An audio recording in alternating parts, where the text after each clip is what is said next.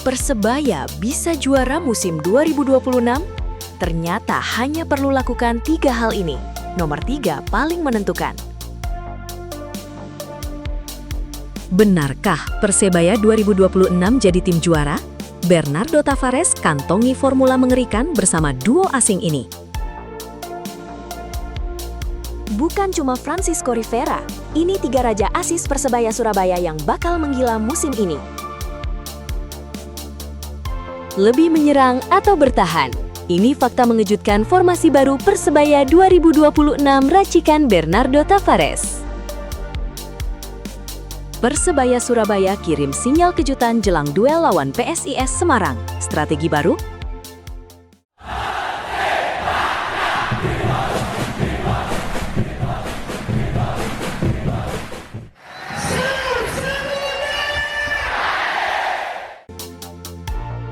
Benarkah Persebaya 2026 jadi tim juara? Bernardo Tavares kantongi formula mengerikan bersama duo asing ini. Apakah Persebaya benar-benar sedang membangun tim yang siap menjadi juara di musim 2026? Jika melihat pergerakan tim dalam beberapa pekan terakhir, jawabannya mungkin lebih serius daripada yang banyak orang bayangkan. Kehadiran Bernardo Tavares sebagai pelatih menjadi sinyal kuat bahwa Persebaya tidak lagi sekadar ingin bersaing di papan atas. Pelatih asal Portugal itu dikenal memiliki karakter disiplin, organisasi permainan yang rapi, serta kemampuan membangun mental juara. Rekam jejaknya membuat banyak pendukung mulai optimistis dengan arah baru bajul ijo. Namun yang paling menarik adalah komposisi pemain asing yang mulai dibangun. Nama Alex Martins, striker yang dikenal tajam di depan gawang, disebut-sebut mampu menjadi mesin gol yang selama ini dibutuhkan Persebaya. Kehadirannya berpotensi memberikan dimensi baru dalam lini serang. Di sisi lain, Francisco Rivera tetap menjadi sosok penting sebagai kreator serangan. Kemampuan mengatur tempo, mengirim umpan matang, hingga menciptakan peluang membuat Rivera diprediksi menjadi penghubung utama antara lini tengah dan lini depan. Jika racikan Bernardo Tavares berjalan sesuai rencana, duet Alex Martins dan Francisco Rivera bisa menjadi salah satu kombinasi paling berbahaya di Super League musim 2026-2027. Ditambah perombakan skuad yang cukup besar, Persebaya tampaknya memang sedang menyusun fondasi untuk membentuk tim yang lebih kompetitif dibanding musim sebelumnya. Meski demikian, membangun tim juara tentu tidak cukup hanya dengan nama besar.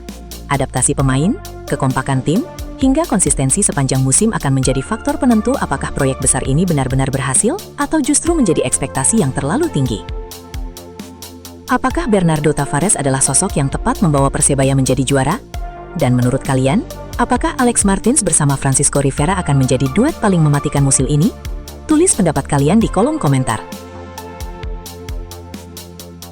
Bukan cuma Francisco Rivera, ini 3 raja asis Persebaya Surabaya yang bakal menggila musim ini. Di skuad musim depan, ada 3 pemain yang diprediksi menjadi sumber asis untuk membantu para penyerang Persebaya. Siapakah para pemain tersebut? Nama pertama ada gelandang serang andalan Persebaya ini, diprediksi menjadi sumber asis musim depan. Melansir Transfermarkt, Francisco Rivera berhasil mengoleksi 10 asis musim lalu, yang merupakan asis terbanyaknya selama membela Persebaya. Di musim depan, Rivera sepertinya bisa mengulang kesuksesan mengoleksi 10 asis. Sebab, Persebaya memiliki penyerang seperti Alex Martins dan Ramadan Sananta yang tajam di kotak penalti. Selain Francisco Rivera, Persebaya punya Miguel Pereira yang bakal menjadi sumber asis. Sebagai pemain yang sering bergerak dari sisi sayap, pemain asal Portugal tersebut tentu akan melepaskan banyak umpan silang. Saat masih menjadi pemain Lusitania FC Lourosa, Miguel mengoleksi 6 asis. Dengan modal tersebut, pemain 27 tahun itu diprediksi mampu mengoleksi banyak asis bersama Persebaya. Dan nama ketiga, salah satu pemain lokal yang bisa menjadi sumber asis adalah Diki Kurniawan. Ex-pemain Persijap Jepara tersebut memiliki visi dan kecepatan sebagai seorang gelandang serang atau pemain sayap. Dari sisi perolehan asis, Diki punya koleksi yang cukup baik. Pemain 24 tahun tersebut berhasil menciptakan 6 asis saat musim 2025-2026. Itu tadi 3 pemain yang diprediksi menjadi sumber asis untuk membantu para penyerang Persebaya. Menarik dinantikan, apakah mereka bakal bersaing dalam menciptakan asis untuk Persebaya musim depan? Patut ditunggu. Lebih menyerang atau bertahan? Ini fakta mengejutkan formasi baru Persebaya 2026 racikan Bernardo Tavares. Persebaya Surabaya memasuki musim 2026 dengan wajah baru. Namun, satu pertanyaan besar mulai ramai diperbincangkan oleh para pendukung. Sebenarnya seperti apa formasi yang akan diterapkan Bernardo Tavares? Apakah Persebaya akan tampil lebih menyerang atau justru mengutamakan pertahanan yang solid? Jika melihat karakter kepelatihan Bernardo Tavares, banyak yang menilai ia bukan tipe pelatih yang hanya mengandalkan permainan atraktif. Ia lebih dikenal sebagai pelatih yang membangun keseimbangan antara bertahan dan menyerang. Artinya, setiap pemain dituntut disiplin menjaga posisi, tetapi tetap berani melakukan transisi cepat ketika peluang menyerang terbuka. Dalam skema yang diperkirakan akan digunakan, Persebaya memiliki peluang memainkan formasi yang fleksibel. Saat menguasai bola, tim bisa tampil agresif dengan banyak pemain masuk ke area lawan. Namun ketika kehilangan bola, seluruh pemain akan segera turun membentuk blok pertahanan yang rapat, sehingga lawan sulit menemukan ruang. Kehadiran para pemain dengan kemampuan menyerang yang baik membuat lini depan Persebaya diprediksi lebih tajam dibanding musim sebelumnya. Di sisi lain, organisasi permainan yang menjadi ciri khas Bernardo Tavares diharapkan mampu mengurangi kesalahan-kesalahan yang sering merugikan tim pada musim lalu.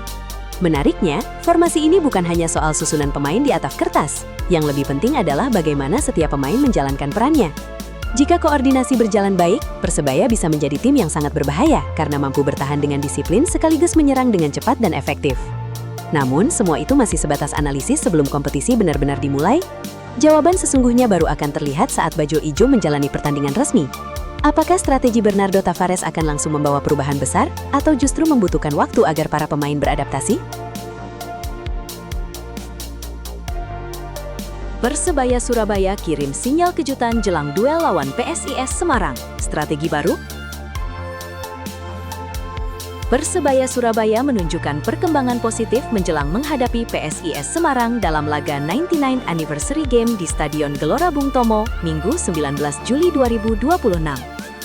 Setelah hampir sepekan menjalani program latihan, kondisi fisik para pemain dinilai semakin prima sesuai target tim pelatih. Diogo Carvalho menjelaskan, tim pelatih saat ini memprioritaskan pembangunan fondasi kebugaran pemain tanpa mengesampingkan aspek teknik dan taktik. Program latihan dirancang agar seluruh pemain mencapai performa optimal secara bertahap menjelang kompetisi resmi. Sejak menggelar latihan perdana, skuad Bajul Ijo telah menjalani 6 hari program latihan yang memadukan latihan fisik, teknik, dan taktik. Intensitas latihan juga terus ditingkatkan secara bertahap. Menurutnya, perkembangan yang ditunjukkan para pemain cukup menggembirakan. Ia menilai para pemain mampu beradaptasi dengan cepat terhadap metode latihan yang diterapkan. Kondisi tersebut menjadi modal penting, terutama karena musim ini Persebaya diperkuat sejumlah pemain baru yang masih menyesuaikan diri dengan lingkungan, rekan setim, serta pola permainan tim. Menjelang laga melawan PSIS Semarang, Diogo Carvalho berharap tren positif tersebut terus berlanjut. Selain peningkatan kebugaran, ia ingin melihat chemistry dan pemahaman antar pemain semakin solid di lapangan. Persebaya bisa juara musim 2026? Ternyata hanya perlu lakukan 3 hal ini. Nomor 3 paling menentukan. Mampukah Persebaya mengakhiri penantian panjang dan kembali mengangkat trofi juara di musim 2026? Pertanyaan ini terus menjadi perbincangan hangat.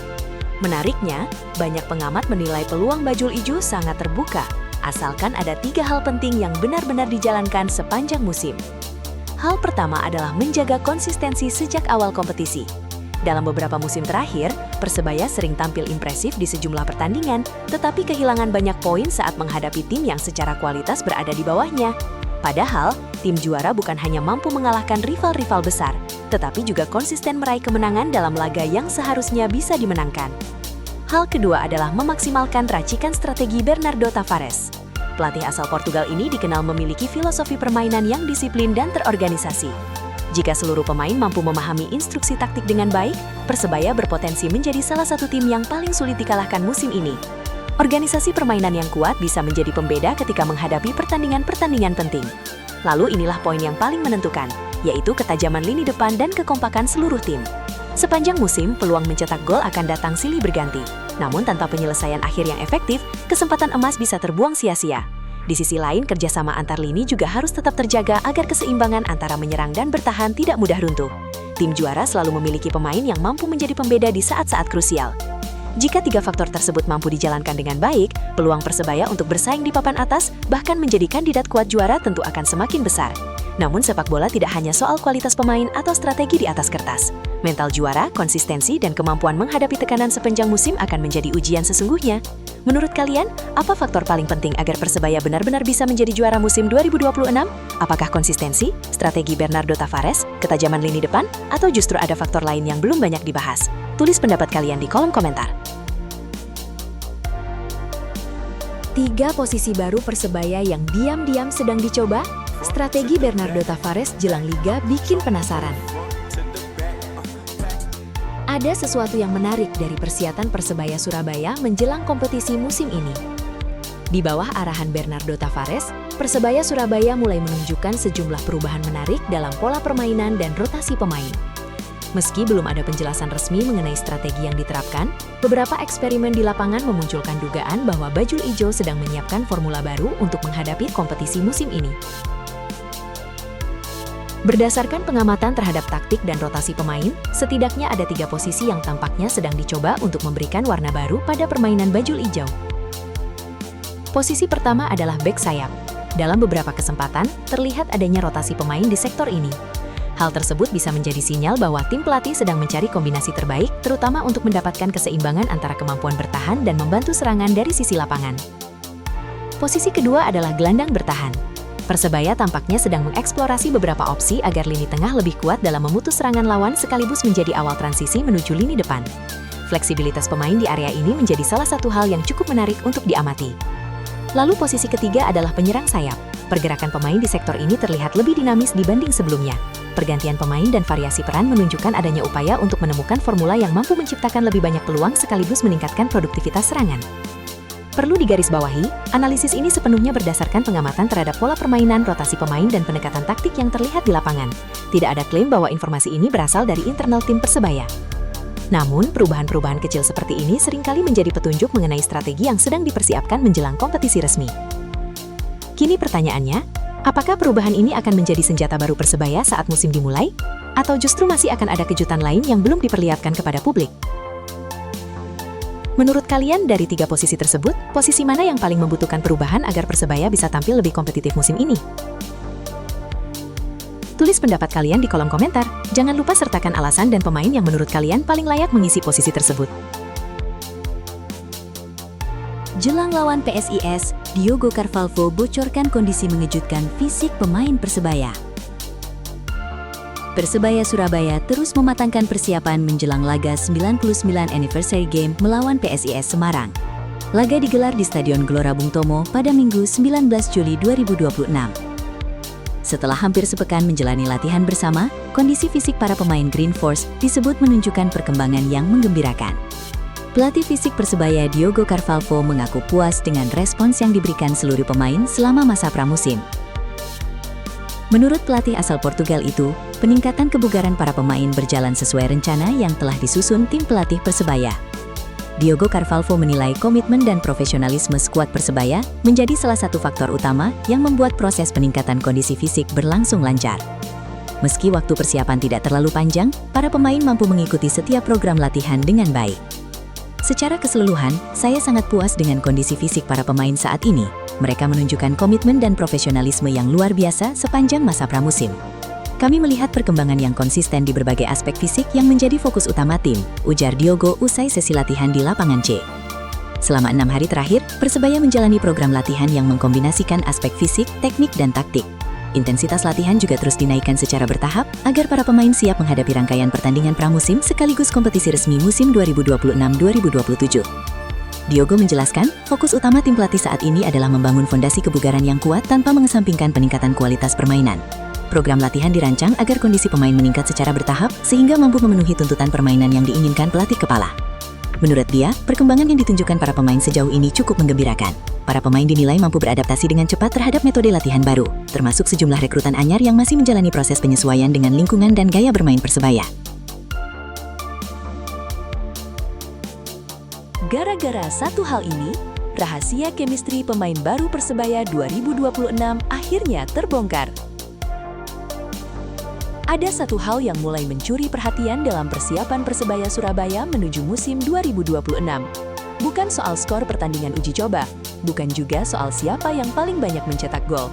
Justru yang menjadi sorotan adalah bagaimana para pemain baru terlihat begitu cepat menyatu dengan skuad Bajul Ijo. Lalu apa sebenarnya rahasia chemistry Persebaya musim ini? Apakah ini hanya kesan di awal persiapan, atau memang ada fondasi kuat yang sedang dibangun oleh tim? Jika diperhatikan dari sesi latihan dan pertandingan uji coba, komunikasi antar pemain terlihat semakin alami.